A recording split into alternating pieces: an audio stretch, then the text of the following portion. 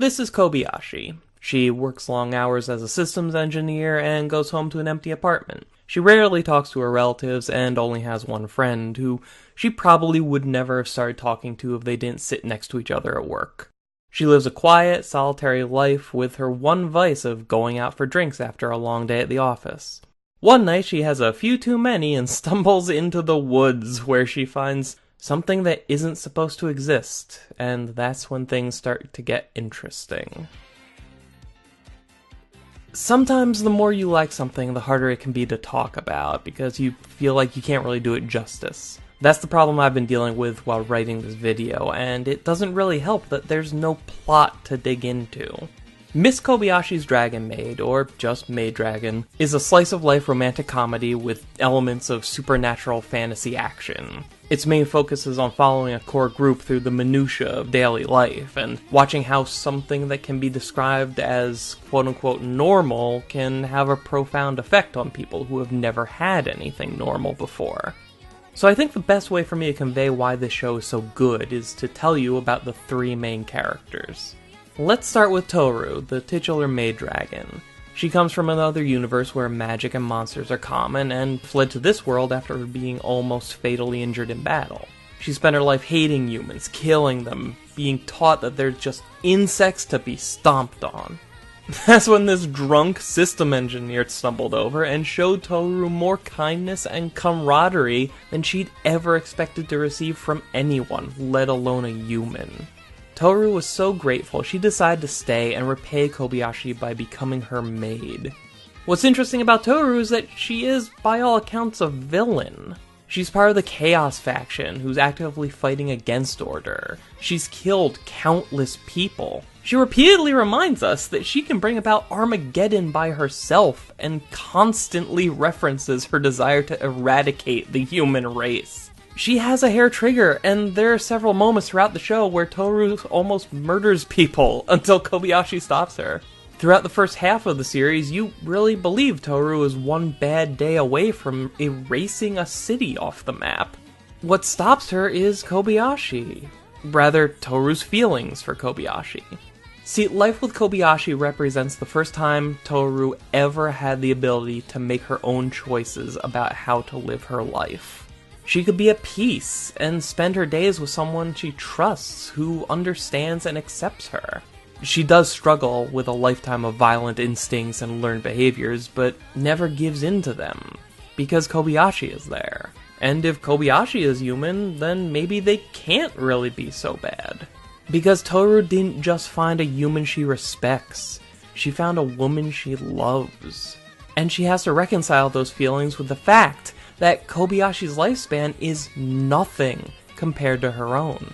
Toru is literally a mythical creature who will live for centuries. Her life in this world with Kobayashi, and any happiness it brings, will be a fleeting footnote in the timeless life of an immortal. And Toru struggles with that fact. That thing she desperately wants to never think about. Is happiness in the moment enough? Or is she just being the same old selfish dragon she's always been? She tries her best to lose herself in the day-to-day activities expected of a maid, but the question of who she's really supposed to be can only be ignored for so long. Kana is a young dragon whose parents mostly ignored her. They just leave her to fend for herself most of the time. So she acted out to get their attention, and they punished Kana by exiling her to the human world. Scared and alone, she sensed Toru's energy and thought she'd found someone to take care of her, and actually hated Kobayashi at first because Kana thought this filthy human was stealing away the last person she could hope to rely on. But the three of them end up living together, and it doesn't take long for Kana to start thinking of Kobayashi as a surrogate mother. Once this family dynamic is set, Kana becomes the quintessential adorable child, and there's not much more to her. But there really doesn't need to be, since everything Kana does is through the lens of this being the first time in her life that she's enjoyed being a kid. She finally has people around her that outwardly express their love and affection for her. She even starts attending human school, not because she needs to learn anything, but because it's nice to be with the other kids. Kana didn't have to be alone anymore, so she could just focus on being happy, and eating all sorts of things, whether they're actually food or not. And it's all thanks to the one character who ties this whole show together, Kobayashi. She's not used to being wanted or appreciated. She's had friends, but never close ones. She's lived her life keeping everyone at a distance, retreating to the comfort of her dark, lonely apartment. Sometimes she'll call her parents on a holiday. Every now and then she'll go for drinks with that one person from work she actually talks to. But that's it. Kobayashi has a hard time expressing her feelings and opinions. She doesn't know how, and most of the things she wants to say end up going unsaid. Because when you're awkward and unsure of yourself, loneliness is easier. It's never what you want, but it's all you think you're good at. It's no wonder her first instinct was to send Toru away, and it's exactly why she couldn't go through with it. Rejecting Toru would make her feel all the things Kobayashi tries not to let herself think about. Rejection, loneliness, not being wanted or accepted, these are the things Kobayashi told herself she was used to, that she wasn't bothered by it anymore. But she couldn't do that to someone else. So she does something completely unlike her and says yes. She lets someone else into her home and her life. And then she does it again, when she looks at Kana's sad eyes and sees something all too familiar.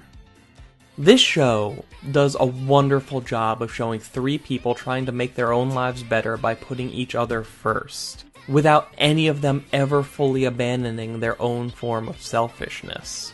None of them have ever had anyone to fill these roles before, and would do anything to express their gratitude, but they can't. Toru doesn't know how to cope with her fear that this is all temporary. Kana doesn't know how to handle the potential of being rejected again. Kobayashi doesn't know how to return Toru's affections or be a mother to Kana. And the best thing about it? They never figure it out. There are no grand revelations. Nobody becomes a better version of who they used to be. This story celebrates who you are right now, flaws and all, and says it's okay to be you.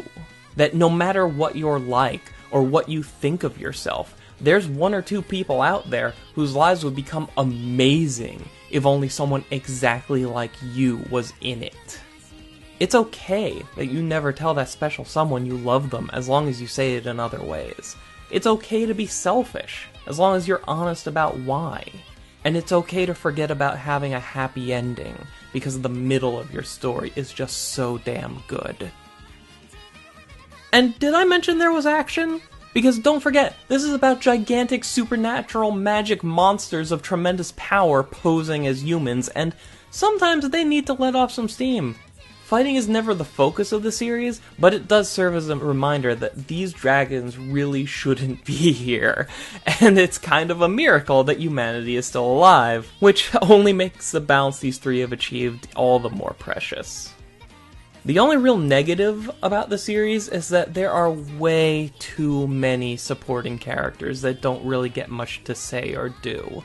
Other dragons show up, and they're nice in their own ways, and their personal failings do help illustrate what a special thing Kobayashi and Toru have, but they're each mostly just there to do their one joke over and over again.